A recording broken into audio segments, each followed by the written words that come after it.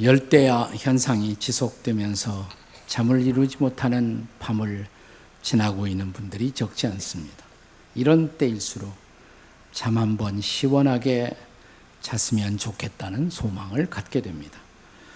그런데 여기 죄의식을 품고 도피 행각을 벌이면서도 깊은 잠을 자는 대담한 한 사람을 만나게 됩니다. 그가 바로 선지자 요나입니다. 본문의 4절은 그가 하나님의 명을 거스리고 저 다시스로 가는 배를 타고 떠난 그 바다에 큰 바람을 보내시고 큰 폭풍을 허용하셨고 그가 타고 있던 배는 거의 깨지게 되었다라고 성경은 기록합니다. 이제 5절을 한번 읽겠습니다. 5절 같이 봅니다. 시작. 사공들이 두려워하여 각각 자기의 신을 부르고 또 배를 가볍게 하려고 그 가운데 물건들을 바다에 던지니라. 지속되는 그 다음 증언을 지켜보십시오. 이렇게 시작되죠. 그러나 요나는, 따라서 해보세요. 그러나 요나는 계속요. 배 밑층에 내려가 누워 깊이 잠든지라. 이 대담한 사람 아닙니까? 이런 상황, 이런 형편, 이런 지경에서도 이렇게 깊은 잠을 잘 수가 있다니 말입니다. 그런데 의학자들은 인간의 그 수면은 몸은 자고 있지만 뇌는 깨어있는 상태의 두 단계를 지난다고 가르칩니다. 한 단계를 REM 수면, REM, Rapid Eye Movement Sleep. 이것은 처음 잠의 수면의 단계에서 눈동자가 빨리 움직이는 그 단계를 말하고 있는 것이고요. 그 다음이 BREM 수면의 단계 둘로 나누고 있는 것을 볼 수가 있습니다. REM 수면이라는 것은 보통 우리가 수면 시간의 20% 내지 25%를 차지한다고 말합니다. 우리가 잠을 청하고 REM 수면 단계에 들어가 있을 때 보통 이 단계에서 꿈을 꾸게 된다고 말합니다. 그렇다면 아마도 오늘 성경의 주인공이 요나는 배를 타고 잠을 청하면서 꿈속에서 아마도 자기를 괴롭히고 있었던 죄의식과 더불어 싸우고 있는 중이었을지 모릅니다. 하나님의 명을 거스리고 도피하고 있었던 그의 마음인들 편할 수가 있겠습니까? 그러니까 배를 타자마자 아마 그의 무의식은 그를 향해서 말하기를 에이 모든 거 다 잊어버리고 잠이나 자자. 우리도 그럴 때가 있잖아요. 다 잊어버리고 잠이나 자자. 바로 그런 상태가 아니었을까 싶습니다. 그런데 6절에 보면 선장이 배가 요동치고 있는 가운데도 이 사람 요나가 배 밑창에 아직도 잠들어 있는 모습을 발견하고 그를 깨우면서 말합니다. 뭐라고 말합니까? 다 같이 자는 자여 어찌함이냐. 자는 자여 어찌함이냐. 여기 요나 선지자의 깨어남을 통해서 오늘을 살고 있는 그리스도인들이 배워야 할 레슨은 도대체 무엇일까요? 그 첫째는 잠든 자는 잠든 것을 모른다는 레슨입니다. 잠든 자는 자기가 잠든 것을 모른다는 교훈입니다. 여기 요나를 둘러싸고 있는 거대한 위기의 상황, 그 상황 속에서도 이런 위기를 인지하지 못한 채로 요나는 잠들어 있었다는 사실입니다. 그런데 요나만 그럴까요? 이 시대의 한국 그리스도인들이 정녕 깨어있는 자리에 있을까요? 한국 교회가 깨어있다고 여러분 생각하십니까? 오늘 우리를 둘러싸고 있는 정치적, 사회적, 역사적 상황에 대해서 적지 않은 예언자들은 이 땅을 향한 심각한 넘쳐나는 경고를 던지고 있습니다. 그런데 우리는 이 모든 위기의 징조들을 외면하고 안이한 잠 속에 빠져 있는 것이 아닌가 말입니다. 우리가 남북 관계가 평화 속에 있다고 하지만 국민들은 왜 그런지 다른 어떤 때보다 더 커다란 안보 불안을 역설적으로 느끼고 있지 않습니까? 우리를 둘러싸고 있는 소위 강대국들, 일본, 중국, 소련, 그들의 행보는 오늘 우리에게 충분한 불안을 선물하고 있지 않나요? 여러분, 옛날처럼 우리의 안보를 지켜주고 있다고 믿었던 미국, 그 미국을 계속해서 우리가 믿을 수가 있을까요? 오늘 우리의 역사적 상황을 보면 과거의 구한말의 상황 혹은 해방 직후의 상황을 다시 연상하게 만들어주고 있습니다. 이 두 개의 역사적 상황, 구한말에 그리고 해방 후에 이 강대국들 사이에서 샌드위치가 되어 있었던 우리 민족의 상황을 보면서 우리 민중들이 우리 주변 강대국에 대해서 했던 말이 생각이 납니다. 이런 말을 하고 했다고 그래요. 그 당시에 중국 사람들을 우리가 떼놈이라고 불렀습니다. 떼놈. 그러면서 떼놈, 되나온다. 다시 나온다 이 말이죠. 소련놈, 쏙지 말라. 미국놈, 믿지 말라. 일본놈, 일어서 다시 온다. 그 말이 맞지 않아요? 그 말이 얼마나 기막힌 우리 주변의 상황에 대한 진단이었습니까? 자, 그런데도 이런 위기를 감지하지 못한 채 우리 국민들이 하나 되어 미래를 준비하는 대신에 해묵은 이념 논쟁으로 날을 새면서 우리는 국력과 에너지를 낭비만 하고 있는 것은 아닌가요? 그런데 교회는 다른가요? 자, 민족의 파수꾼이 되어 깨어 기도하고 선교해야 할 교회들이 시시한 일에 매달려서 교인 상호간의 정죄와 공격으로 우리의 모든 에너지를 낭비만 하고 있는 것은 아닐까요? 우리는 다시 교회가 존재하는 진정한 목적, 교회의 참된 미션으로 돌아가야 하지 않을까요? 교회의 미션이 뭐예요? 두 가지예요. 두 가지. 우리가 복음서에 보시면 인자가 온 것은 예수님이 오신 목적, 잃어버린 자를 찾아 구원하려 합니다. 이런 영혼을 찾는 거, 그 교회가 한 일이에요. 그거 하시면 돼요, 우리는. 또 인자가 온 것은 섬김을 받으려 하지 않고 도리어 섬기려 하고, 또 하나 그분처럼 섬기는 삶을 사는 것. 전도하고 섬기고, 그것 때문에 교회는 존재하는 것이죠.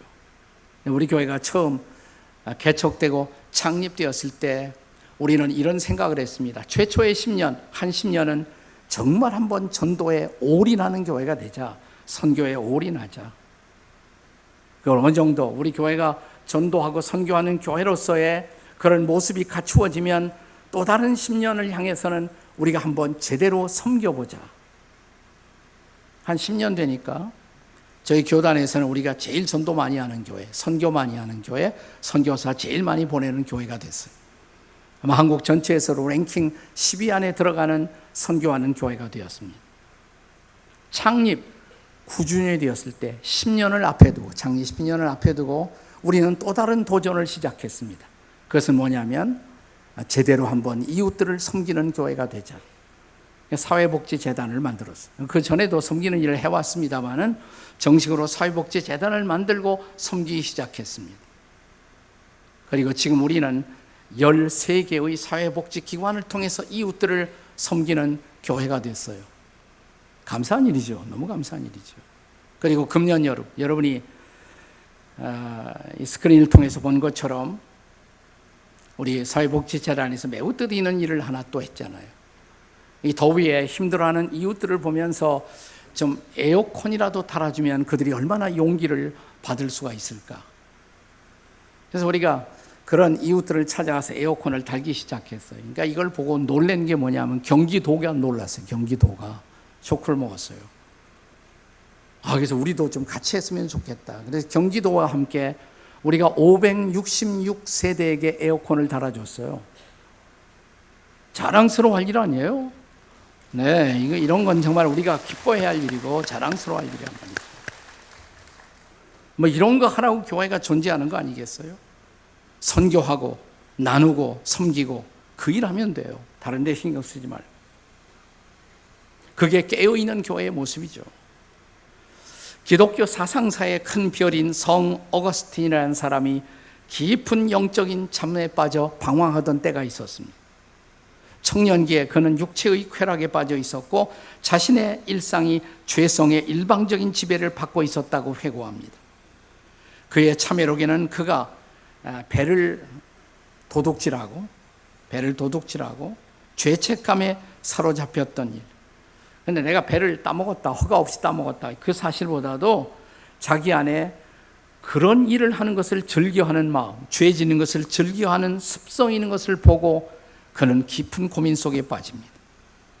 선과 악의 갈등을 고민하고 이것이 어디에서 생겼을까 생각하다가 마니교라는 이단 종교에 빠지기도 했습니다. 그는 지나치게 연극 관람을 좋아하는 자신을 보고 오락의 죄성이 자기를 지배하는 것을 인해서 또한 괴로워합니다. 대학에서 수사학을 가르쳤는데 인기 있는 교수였어요. 그러나 자기가 정말 학생들을 가르치는 것보다도 자기가 인기를 받고 있다는 그것을 즐기는 교만의 포로가 되어 있는 자신의 모습을 보고 그는 또 한 번 괴로워합니다. 그러다가 이태리의 밀라노의 교회 감독이었던 암브로시우스를 만나 그의 설교를 들으면서 기독교의 구원에 관심을 갖기 시작합니다. 나도 구원받고 싶다. 주후 386년 8월 오늘 같은 여름날 자기 집 바깥의 정원 들에서 놀던 아이들 가운데 한 아이의 음성이 그의 귓전을 두드립니다. 톨레 레게, 톨레 레게. 영어로 말하면 pick up and read it. 집어서 읽어라, 집어서 읽어라. 뭐를 보니까 성경이 보여요. 눈에 띄어요. 성경을 집어서 폈어요. 그랬더니 로마서 13장 11절이야 14절의 말씀이 나온 거예요. 읽어 내려갔습니다. 자, 같이 읽어요. 시작. 또한 너희가 이 시기를 알거니와 자다가 깰 때가 벌써 되었으니 이제 우리의 구원이 가까웠습니다. 12절. 밤이 깊고 낮이 가까웠으니 그러므로 우리가 어둠의 일을 벗고 빛의 갑옷을 입자. 13절. 낮에와 같이 단정히 행하고 방탕하거나 술 취하지 말며 음란하거나 호색하지 말며 다투거나 시기하지 말고 14절. 오직 주 예수 그리스도로 옷 입고 정욕을 위하여 육신의 일을 도모하지 말라. 이 말씀이 화살처럼 그의 마음에 꽂히면서 그는 깨어납니다. 깊은 오랫동안의 영적인 잠에서 깨어났어요. 그리고 그리스도의 제자가 되고 마침내 그는 한 시대를 바꾸는 위대한 성자의 삶을 살게 됩니다. 그가 깨어났을 때 일어났던 놀라운 역사인 것입니다. 자, 그렇다면 중요한 것은 이것입니다. 오늘 여러분과 저는 깨어 있을까요? 아니, 깨어나고 계십니까? 날씨도 더운데 에어컨도 나오고 얼마나 좋아요. 지금도 주무시는 분이 몇 분 계십니다. 옆에 있는 분 깨어납시다. 한번 다 같이 시작. 깨어납시다. 네, 몇 분이 진짜 깨어나셨어요. 네. 잠든 사람은 자기가 잠든 것을 몰라요. 그래서 누군가가 일깨워야 합니다. 요나의 레슨. 잠든 사람은 잠든 것을 모른다. 두 번째 중요한 레슨이 뭡니까? 하나님은 세상을 통해 혹은 이웃들을 통해서 우리를 깨우신다는 사실이에요. 지금 우리가 누군가를 옆에 있는 사람을 깨웠던 것처럼 말입니다. 다시 본문으로 돌아와 6절의 말씀을 함께 읽겠습니다. 6절 다 같이 시작. 선장이 그에게 가서 이르되 자는 자여 어찌함이냐 일어나서 내 하나님께 구하라. 혹시 하나님이 우리를 생각하사 망하지 아니하게 하시리라. 여러분, 여기서 누가 누구를 깨우고 있습니까? 선장이 선지자 요나를 깨우고 있단 말이죠. 자, 선장은 하나님 믿는 사람입니까? 믿는 사람이었어요. 선장은. 어떻게 합니까? 자, 여기 요나를 깨우면서 선장이 하는 말이 네 하나님께 일어나서 기도하라. 네 하나님께. 하나님을 너의 하나님 그랬어요. 자기 하나님 아니다 이 말이죠. 자, 5절에 보면요. 자, 이 위기의 상황이 배에게 부딪혀 왔을 때 사공들이 누구를 불렀다고 그랬어요? 자기의 신들을 불렀다고 그랬어요. 그러니까 우상 숭배자들이에요. 이 사람들 하나님 믿는 사람들은 아니란 말이죠. 네. 근데 그들이 요나를 깨운 것입니다. 그러니까 이 선장도 다실론자 혹은 우상 숭배자였겠죠. 근데 그가 요나를 깨운 것입니다. 얼마나 역설적인 사건이에요. 요나가 이런 사람들을 깨워야 할 텐데 이런 이웃들이 요나를 깨우고 있었던 역설. 그런데 우리가 사는 세상에서 이런 역설은 드물지 않게 반복되고 있다는 사실입니다. 여러분, 오늘 교회를 비판하는 세상의 소리 얼마나 요란스럽습니까? 우리는 하루도 신문이나 방송을 교회를 비판하는 소리를 지나가기 힘들 정도로 듣고 있습니다. 이게 무슨 소리예요? 이 세상이 교회를 향해서, 우리를 향해서 무슨 소리 하고 있는 거예요? 이런 소리 아니겠습니까? 자는 자여 어찌함이냐? 너희들이 깨어 일어나 지금 이런 난국을 책임지고 기도해야지 왜 자고 있느냐고, 자는 자여 어찌함이냐, 이런 말 아닙니까? 오늘 우리가 타고 있는 국가라는 배가 흔들리고 있는데, 깨어지고 있는데 왜 교회는 잠만 자고 있느냐, 그 말 아니에요? 교회라는 배가 흔들리고 깨어지고 있는데 왜 성도들이 잠만 자고 있느냐, 이 말 아닙니까? 저는 우리 기독교인들의 하나님을 생각하는 신관이 때로는 지나치게 협소할 때가 많다고 생각해요. 하나님은 신자들을 통해서만 말씀하시고 신자들을 통해서만 사역하시는 하나님으로 오해하는 경우가 종종 있습니다. 근데 성경을 읽어보면 성경의 하나님은 그런 하나님이 아니에요.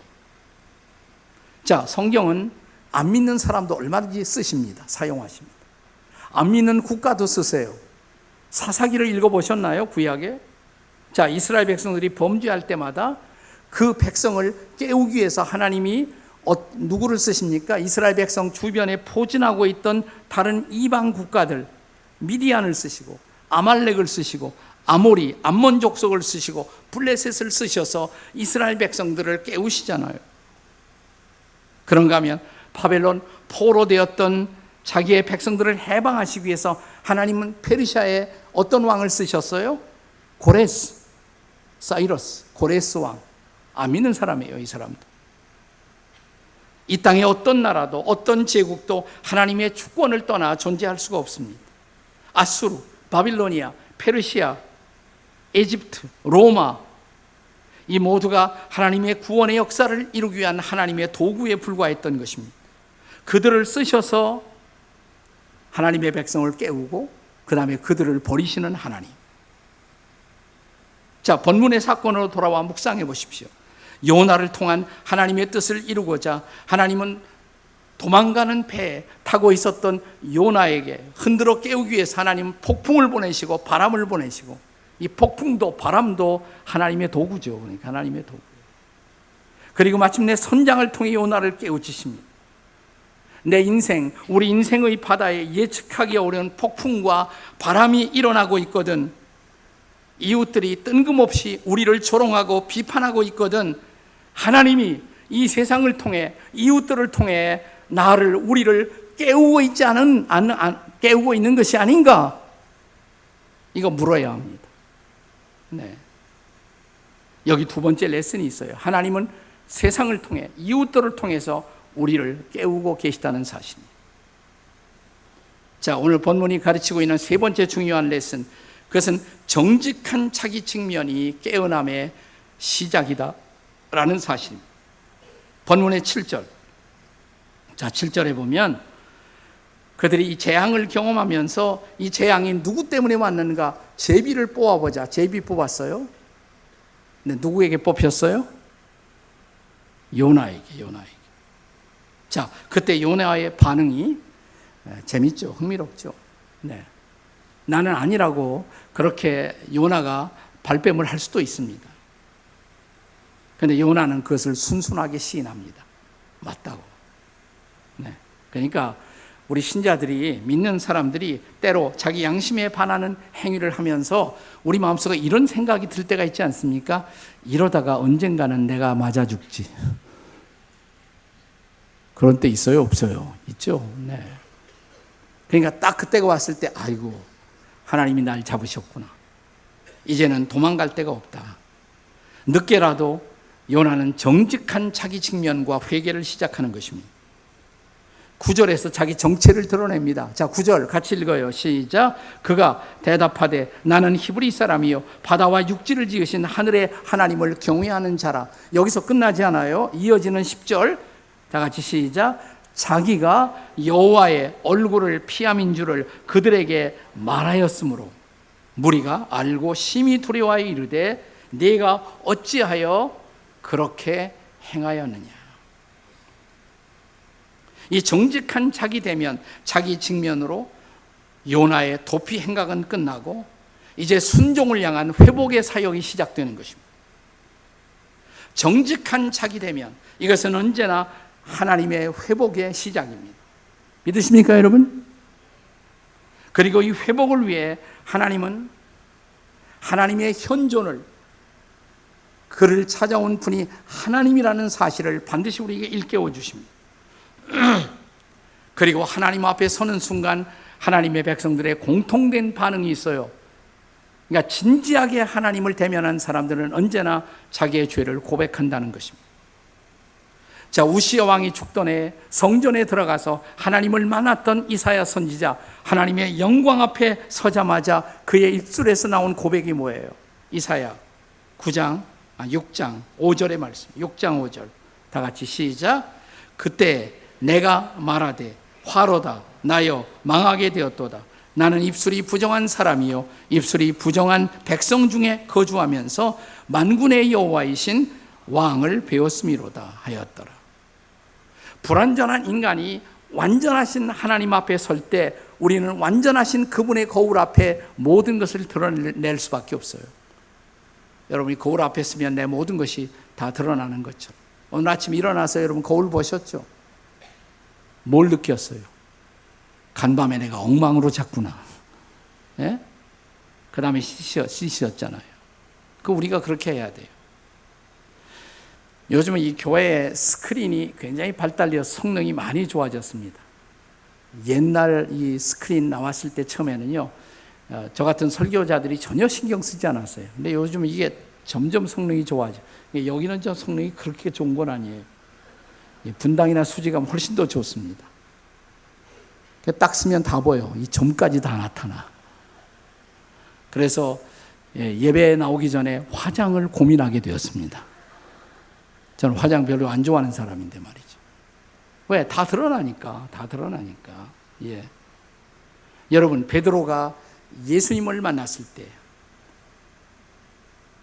베드로는 예수님이 고기 잡는 것도 아시는 분이라는 것을 꿈에도 상상을 못했을 거란 말이죠. 그가 고기를 잡지 못하고 밝아왔던 허탈한 그 새벽, 뭘 좀 잡았느냐고. 아무것도 못 잡았습니다. 그러면 저 깊은 곳에 가서 그물을 내리라. 가만히 보니까 자기처럼 함께 갈릴리 바다에서 고기 잡던 어부가 아니에요. 근데 그에게서 범접할 수 없는 어떤 권위를 느낀 그가 뭐라고 대답해요? 말씀대로 한번 해보죠. 깊은 곳에 가서 그물을 내렸잖아요. 어떻게 됐어요? 고기를 얼마큼 잡았어요? 그물이 찢어지도록. 얼마나 놀랐어요. 그때 베드로의 반응이 뭐예요? 주여. 거기서 왜 주여라는 말이 나와요? 그 앞에 서 있는 그분에게서 하나님의 신성을 경험하는 것입니다. 자, 저 바다의 깊은 곳을 꿰뚫어 보시고 아시는 저분, 고기 때 행방을 아시는 저분이 나를 모를까? 주여, 저는 죄인입니다. 그러나 이 고백을 받아내고 나서 그 다음에 주님은 그에게 새로운 미션을 맡기시잖아요. 두려워하지 말라, 무서워하지 말라. 너는 이후로 사람을 낚는 어부가 될 거야. 이 자기 대면을 통해서 새로운 인생이 시작되는 거예요. 진정한 자기 대면. 기독교 역사의 위대한 부흥이라는 것은 이런 누군가의 정직한 자기 대면에서부터 역사가 깨어납니다. 한 개인이 깨어날 뿐만 아니라 역사가 깨어나요. 여러분, 우리는 1907년 평양 대부흥, 이때 본격적으로 한국 민족이 기독교 신앙을 통해서 하나님 앞에 깨어나는 순간이었어요. 그런데 1907년의 평양 대부흥은 사실은 1903년부터 시작이 된 거예요. 1903년에 저 바다 건너 영국의 웨일스라는 곳에서 대부흥 사건이 일어납니다. 이반 로버츠와 몇 명의 젊은이들이 기도회를 만들고 기도를 시작했어요. 뭐 찬양하고 기도하고 말씀 읽고 그것까지는 누구나 하는 일인데 그들이 모여서 죄를 자백하기 시작했어요. 죄를 자백. 그들의 모임을 통해서 거대한 회개 운동이 일어나요. 그 소식이 전 세계에 퍼집니다. 인도로 퍼지고 그 소식이 한국에 건너오고 한국에 왔던 선교사들이 웨일스 대부흥의 소식을 듣고 선교사들이 1903년 8월 24일부터 30일까지 원산에서 모였어요. 그 당시 원산에서 모여서 선교사 기도회가 열립니다. 그때 그 기도회 강사가 로버트 하디라는 분이었어요. 로버트 하디. 네. 이분은 본래 캐나다 토론토 의과대학 출신이에요. 의과대학에서 아주 우수한 성적으로 졸업한 수재였습니다. 토론토 의과대학은 그 당시 세계 10대 의대 안에 들어갈 정도로 훌륭한 대학이에요. 거기 의사란 말이죠. 근데 와서 몇 년 동안 한국에 와서 선교하다가 열매를 맺지 못했어요. 내가 왜 그럴까? 왜 열매가 없을까? 그는 처음에는 한국 사람을 비난했습니다. 이 한국 사람들이 복음을 받을 만한 민족이 못 된다. 그들의 품성을 비난하는데 어느 날 말씀 읽고 기도하다 성령님이 그의 마음속에 깊은 책망을 주었습니다.